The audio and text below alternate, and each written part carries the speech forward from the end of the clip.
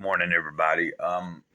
So I'm gonna make this video. I'm gonna read this second thing from "Don't Sweat the Small Stuff," and it's all small stuff.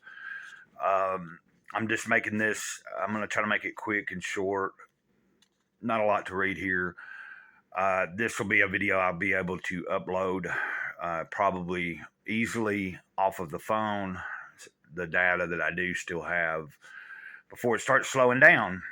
I've got a little less than 10 gigabytes that, left. And by the time I upload this, it's going to kill a little bit of that. It's going to bring it on down. And then any other videos or anything I watch today, it's going to deplete it. I'm doing this because I don't know for sure if I'm going to make it to the library today. If I knew for certain I could just get a ride up there, whether they'd wait on me or not, if they could just drop me off, I would definitely go up there and do that. But I don't know if I'm up to walking. I probably am. I'm still on the fence, and I haven't made up my mind what's going on yet. I'm letting the spirit show me what to do, and right now it says make this video. So here we go. I've yet to meet an absolute perfectionist whose life was filled with inner peace.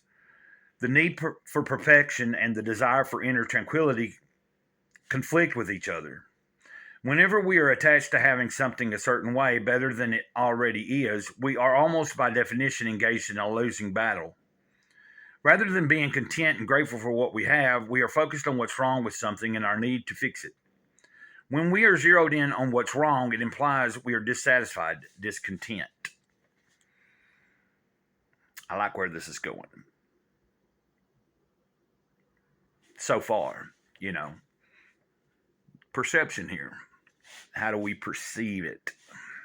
Are we grateful for what we do have instead of complaining about what is wrong with said thing we have? Anyway, let's finish this up here. Whether it's related to ourselves, a disorganized closet, a scratch on the car, an imperfect accomplishment, a few pounds we would like to lose, or someone else's imperfections, the way someone looks, behaves, or lives their life, the very act of focusing on imperfection pulls us away from our goal of being kind and gentle. This strategy has nothing to do with ceasing to do your very best, but with being overly attached and focused on what's wrong with life. It's about realizing that while there's always a better way to do something, this doesn't mean that you can't enjoy and appreciate the way things already are. The solution here is to catch yourself when you fall into your habit or insisting that when you fall into your habit of insisting that things should be other than they are. Gently remind yourself that life is okay the way it is right now. In the absence of your judgment, everything would be fine. As you begin to eliminate your need for perfection in all areas of your life, you will begin to discover the perfection in life itself. And I'll revert back, when I was reading the Toltec prophecies and the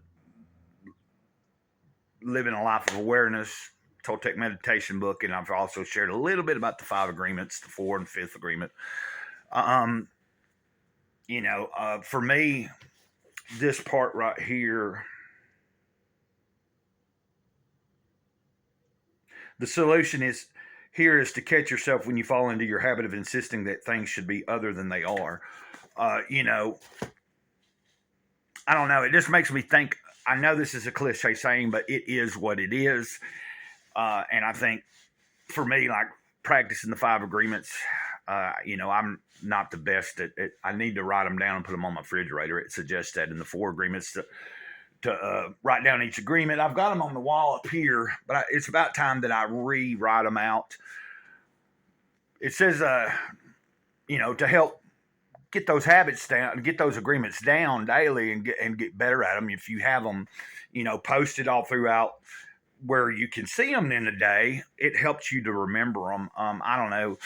I think part of the Toltec wisdom that they did come up with was just to help us get through life without worrying so much and to free ourselves from the stagnation that our minds can get in, or the place we can get in and get too content. Or, I don't know. it's not just about the 5 agreements, but learning to be happy wherever I'm at.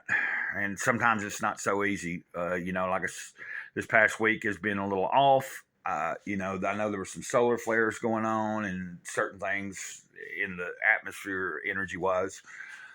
I don't know if that was it, but I've just been a little low on my energy. But this morning I'm doing better. About to, like I said, I don't know if I'll make it to the library today. So this may be the only video you get because we're going on almost 6 minutes here, and this is going to take a little bit of my data away. And but I don't mean I see what I just read. Don't sweat the small stuff.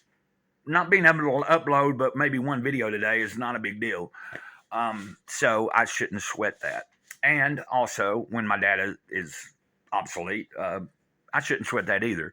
If I can't get a video up every day, or even several times a week, if I can only get a couple up a week, then be satisfied with that. That's what I'm going to try to be satisfied with at the moment until I get things in a better situation.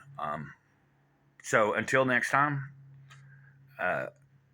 actually, I shouldn't say better situation, just until the situation manifests to the way where I can do more like I was doing. And maybe this is also some downtime for me to start reconfiguring how I will do videos once I get a better plan of action. Once I have, maybe a new tablet or the laptop or whatever it is that comes about in the next month or two for me before the end of the year. Please share this video, hit like if you can, and consider subscribing. Mr. Cloud, I already said it, over and out. Ditto.